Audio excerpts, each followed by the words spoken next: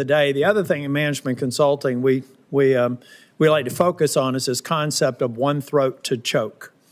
In other words, when you're finally taking a look at a strategy, someone has to own it. And you can't say that it's the president or the vice president. So my first question to you, in this scenario, the decision maker who decided the alla prima approach, who has obviously had to have spent time anticipating what we saw in the markets and some of the pushback, I'm assuming this all got gamed out because it's a novel approach, it needed to be thought out. Whose throat do I get to choke if this proves to be wrong? Well, Senator, you can certainly always talk to me, but are you at the tip of the spear? Well, I'm at the tip of the spear for certainly. Did you propose the alla prima approach? So, first of all, I would push back, Senator, just a little bit on this.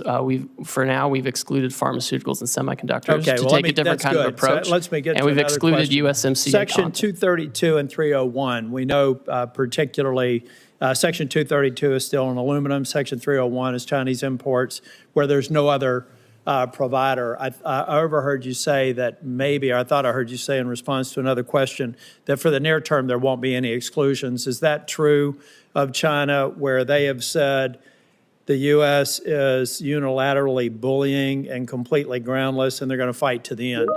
Are the 232 and 301 tariffs exclusions on the shelves until we get to a reasonable agreement with China? I'm just trying to answer a question that I have several people in North Carolina asking. So the president, again, is the final decision maker on all of these things, and he has directed that there not be exclusions or There exemptions. will not be any exclusions on steel, aluminum, or any products that are only manufactured in China for the foreseeable future until China determines what the end is, because they said they're going to fight to the end. Again, I'm just trying to communicate questions that I've asked, so there will be no exclusions. Yes. I won't waste your time asking for them. That's the main reason I wanted to ask the question.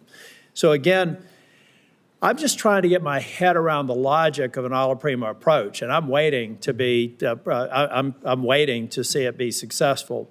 But it just seems like we've decided to begin a trade war on all fronts, and that's okay if the person who thought this through has an answer for why you go after partners that we have a very long storied relationship with. Maybe we give some developing countries a break because we're trying to actually get their economies functioning, make them look to the West versus to Chinese investment. So it just seems like, I'm getting my head around the alla prima approach. I'm not condemning it because I'm not a trade expert, but I still, at some point, and I understand that you are the trade rep, so if you own this decision, then I'll look to you to figure out if we're going to be successful. If you don't own the decision, I'm just trying to figure out whose throat I get to choke if it's wrong, and who I put up on a platform and thank them for the novel approach that was successful if they're right. But here's what I'm really worried. I'm not going to ask any more questions. I'm just going to tell you, every time we talk about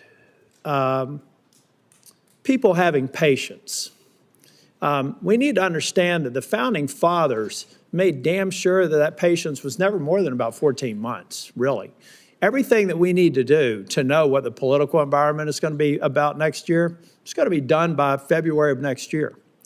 So in your mind, do you believe that over the course of the next 14 months, we're going to have a level of certainty, and the people in the trailer park that I grew up in who are going to bear the brunt of some of these short-term cost increases, maybe some job displacement for a period of time, how are they going to be feeling Groundhog Day 2027 or 2026?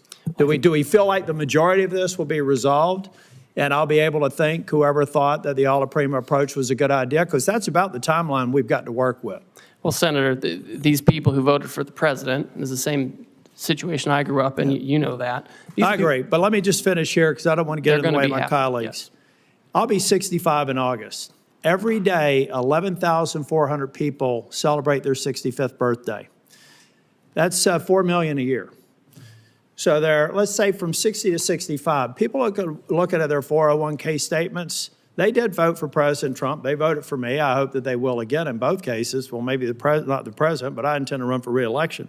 I'm just trying to figure out if they're going to feel good about this, because a long-term play in American politics and a long-term play in American policy, public policy formation, is about 12 months from the beginning of an administration. I wish you well, but I am skeptical. Thank you. Senator Smith.